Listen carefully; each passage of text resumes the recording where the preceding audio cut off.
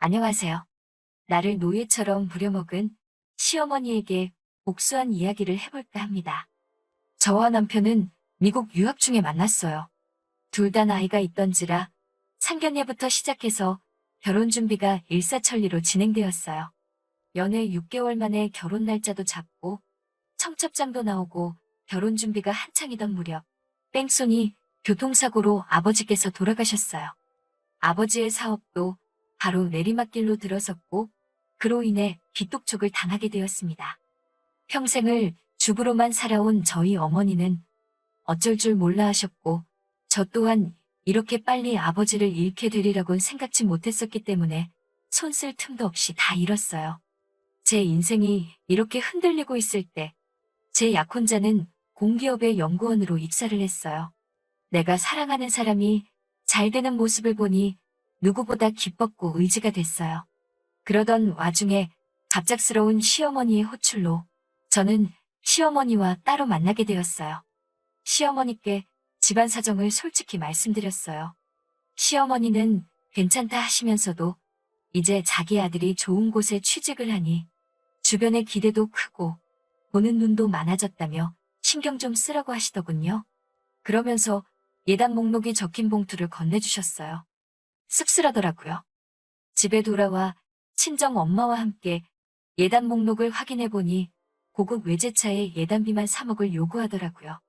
그러면서 강남 아파트 한 채 값은 어렵더라도 반반은 부담했으면 좋겠다는 당부의 말씀까지. 제 여동생은 이 결혼 깨자는 거 아니냐며 어이없어하고 화를 내더군요. 결혼할 생각이 없는 것 같다면서요. 저는 다음날 약혼자를 만나 시어머니가 주신 예단 목록을 보여주며 이거 자기도 알고 있었냐고 물었어요.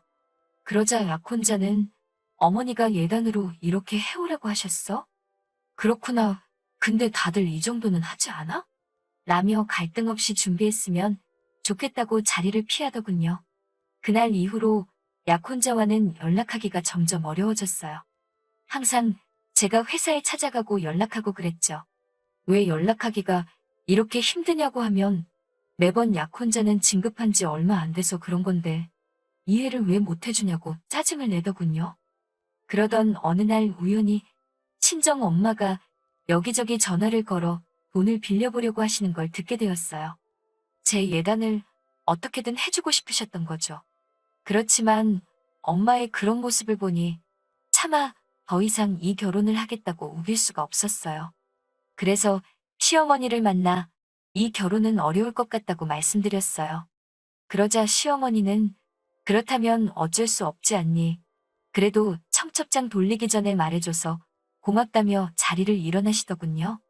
조금의 아쉬움도 보이시지 않는 시어머니를 보니 이게 시어머니가 원하시던 거라는 걸 알 수 있었어요. 그날 밤 엄마에게 나 이 결혼 안 한다고 했으니까 돈 안 빌려도 된다고 하자 엄마는 돈은 어떻게든 해볼 테니 걱정 말고 결혼하라고 하시는 거예요. 저는 이제 더 이상 돈이 문제가 아니라고 더 매달리면 우리만 불쌍해진다고 소리치고 말았습니다. 그렇게 며칠을 방에서 혼자 미친 사람처럼 멍했다 울었다를 반복한 것 같아요. 야속하게도 제 약혼자는 미안하다는 카톡 한 번 남기고 더 이상 연락조차 없더군요. 그러다 저는 병원에 결국 실려가고 말았습니다. 이런 모습을 다 지켜본 제 여동생은 분을 삭히지 못하고 제 약혼자에게 전화를 해서 제가 지금 병원에 실려갔다고 이거 전부 다 인터넷에 올려서 얼굴 못 들고 다니게 해줄 거라고 했다더군요. 그래서인지 제 약혼자가 제 병원에 왔어요. 어쩔 수 없이 온 것 같은 그의 모습이 실망스러웠지만 그래도 그를 놓을 수가 없더군요. 그리고 이런 저를 다 지켜본 어머니는 그날 이후로 돌아가신 아빠가 남긴 유일한 재산인 집을 팔았습니다. 엄마는 저에게 집 팔아서 네 예단해줄게. 가서 행복하게 살아.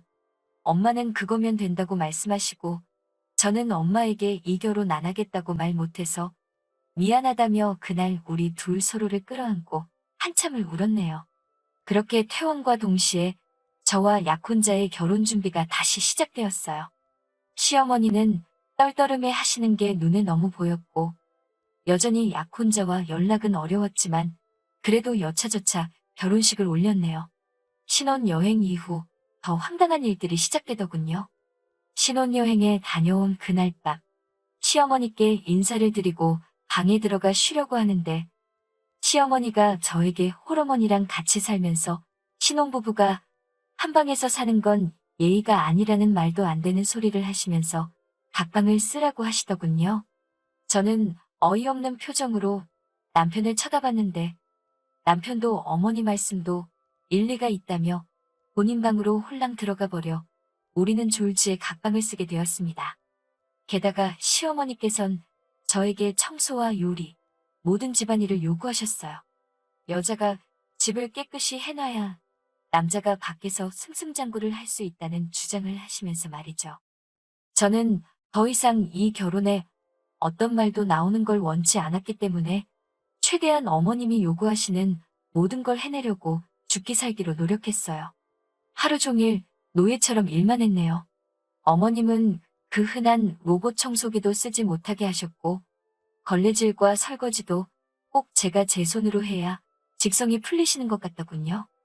그런 와중에도 소중한 아이가 저를 찾아왔습니다. 임신을 했다는 소식을 전하면 남편이 얼마나 좋아할까, 시어머니가 나를 달리 대해주지 않을까, 그런 기대도 들더라고요. 하지만 저희 임신 소식을 들으신 시어머니는 저에게 축하의 말씀은 고사하고 이제 아이를 핑계로 내 아들 목을 옥죄려고 하냐며 폭언을 하시더군요. 집안일도 전혀 줄지 않았어요. 먹고 싶은 건 고사하고 식사라도 하려고 차리고 있으면 맨날 집에서 먹고 놀기만 한다는 식으로 저를 한심하게 보시더군요. 일부러 저 못 먹게 하려고 냉장고를 텅텅 비우시는 일도 부지기수였어요. 하루는 제가 견디다 못해 어머니, 저도 해올 거 다 해오고 시집왔는데 저한테 왜 이렇게 야속하게 하시냐 하니까 네가 하고 싶어서 해온 건데 뭐하러 그런 생색을 내냐면서 억울하면 다 들고 나가라고 하시더군요. 애도 필요 없다 하시면서요. 이제 와서 친정으로 돌아갈 순 없었어요. 어떻게 한 결혼인데 어떻게든 버티고 아이만 낳으면 달라질 거라는 막연한 기대로 버티고 버텼죠. 며칠 뒤 시어머니가 저녁 식사 약속이 있다고 모처럼 집을 비우셨어요. 저도 이런 날 남편이랑 데이트를 해야겠다는 생각에 남편에게 전화를 했어요. 남편은 미안한 목소리로 오늘 야근이라고 하더라고요. 저는 아쉬운 마음이 들었지만 또 한편으로는 안쓰러운 생각이 들어 그럼 저녁만 얼른 근처에서 같이 먹어야겠다는 생각으로 남편 회사로 향했어요. 회사 근처에 거의 다 도착했을 무렵 남편에게 초밥은 어떠냐고 물어보려고 전화를 하는데 순간 건너편 길에 남편과 어떤 여자가 다정하게 팔짱을 끼고 지나가는 걸 봤어요. 저는 순간 이게 무슨 상황인지 파악이 되지 않아서 남편에게 전화를 걸었습니다. 받질 않더라고요.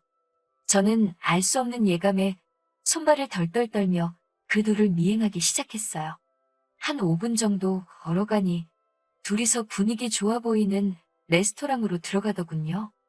저는 그때만 해도 마음 한구석에서 그래 뭐 회사 일 때문이지 않을까 생각했어요. 그런데 뒤따라간 레스토랑에는 저녁 약속이 있어서 늦는다고 하신 시어머니가 계시더군요. 셋은 이미 여러 번 같이 본 적이 있는 사이 같았어요. 시어머니는 저에겐 한 번도 보여주신 적 없는 밝은 표정으로 그 아가씨의 이름을 다정히 부르며 이야기를 하고 계셨어요. 저는 그 상황을 믿고 싶지 않았지만 그들의 대화를 들으면서 비로소 모든 걸 알게 되었습니다. 그 여자는 남편의 동료이자 내연녀였고 시어머니는 그 내연녀를 마치 며느리 마냥 생각하고 계셨던 거죠. 시어머니는 우리 아들이 너를 먼저 만났어야 하는데 찰거머리 같은 저를 만나서 청춘을 낭비하고 있다며 혀를 차시더군요. 저는 그 길로 집에 돌아왔어요. 냉정하게 판단해야 한다는 생각과 동시에 뱃속에 있는 내 아이가 너무 걱정이 되더라고요. 하지만 지나친 스트레스를 견디지 못하고 전 결국 일주일 뒤에 유산을 했습니다. 그러자 시어머니는 M이라는 사람이 지 몸도 똑바로 관리를 못해서 애가 죽었다며 폭언을 퍼부으시대요. 저는 더 이상 잃을 것도 눈에 보이는 것도 없었어요. 그래서 일단 증거를 확보하기 시작했어요. 시어머니도 남편도 제가 외도를 눈치챘다는 걸 모르고 있었기 때문에 저는 일단 흥신소에 의뢰를 했습니다. 남편과 상간녀는 어찌나 자주 만나는지 흥신소에서는 이렇게 쉬운 의뢰가 없었다며 100여 장에 달하는 사진과 둘이서 모텔로 들어가는 영상까지 일주일도 걸리지 않아서 저에게 가져다 주었습니다. 이미 간통죄도 없어진 나라법에 제가 딱히 기대할 수 있는 건 없었어요. 저도 순순히 이혼해주고 물러날 생각이 없었고요. 저는 그날 저녁 식사 때 남편과 시어머니의 식사에 수면제를 섞었어요. 아니나 다를까 둘 다 식사를 마치자마자 몽롱한지 정신을 못 차리고 잠에 들더라고요. 그래서 저는 이때다 싶어 남편과 시어머니 휴대폰에서 그들의 지인들 연락처를 모조리 빼냈어요. 그리고 어머님이 보관하시던 집 문서를 챙겨서 도망쳤어요. 그리고 그날 저녁 그 집을 나와 호텔에 가서 방을 잡았어요. 그리고 남편의 연락처를 보고 남편의 가까운 친구 몇몇과 상간녀에게 두면놈의 사진을 뿌렸습니다.